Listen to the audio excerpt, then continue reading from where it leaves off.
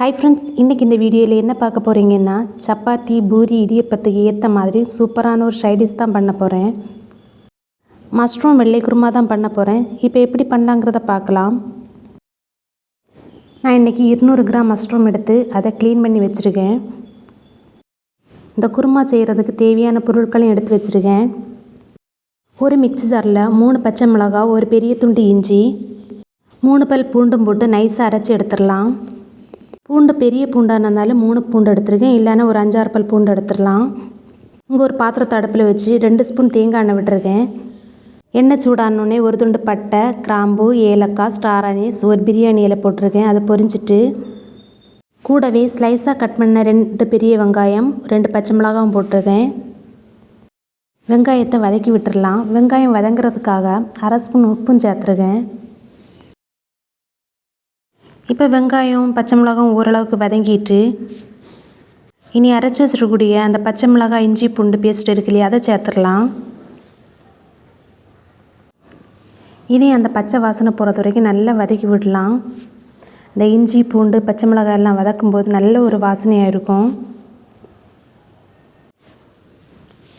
இப்போ வதங்கிட்டு இனி ஒரு தக்காளி கட் பண்ணி வச்சுருந்தேன், அதையும் சேர்த்துருக்கேன்.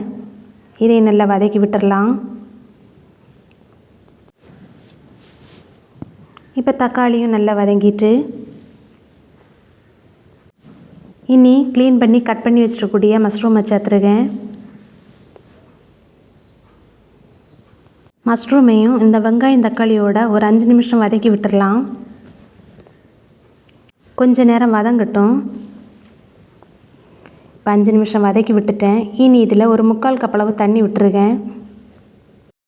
இனி ஒரு மூடி போட்டு மஷ்ரூமை வேக விட்டுடலாம். ஒரு மிக்ஸி ஜாரில் ஒரு கைப்பிடி அளவு தேங்காய் துருவல், 10 முந்திரி பருப்பு, 1 ஸ்பூன் பெருஞ்சீரகம் சேர்த்துருக்கேன். இதை தண்ணி விட்டு நல்லா நைஸாக அரைச்சி எடுத்துடலாம். கசகசா இருந்தால் ஒரு 1/2 ஸ்பூன் சேர்க்கலாம், எங்கிட்ட இல்லாதனால நான் சேர்க்கல. இப்போ பார்த்தீங்கன்னா நல்லா நைஸாக அரைச்சி எடுத்துட்டேன். மஷ்ரூமும் இங்கே வெந்துட்டு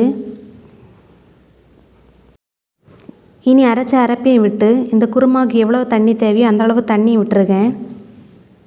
நான் நேரமே ஒரு 1/2 ஸ்பூன் உப்பு போட்டிருந்தேன், இப்போ கொஞ்சம் கூட உப்பு போட்டிருக்கேன். இப்போ இதை நல்லா கலந்து விட்டுட்டேன். இந்த குருமாவை நல்லா கொதிக்க விடக்கூடாது, லேசாக கொதி வந்ததும் இறக்கிடலாம். இப்போ பார்த்தீங்கன்னா லேசாக கொதி வந்துட்டு இந்த ஒரு தடவை கூட ஸ்பூனை வச்சு நல்லா கலந்து விட்டுட்டேன்.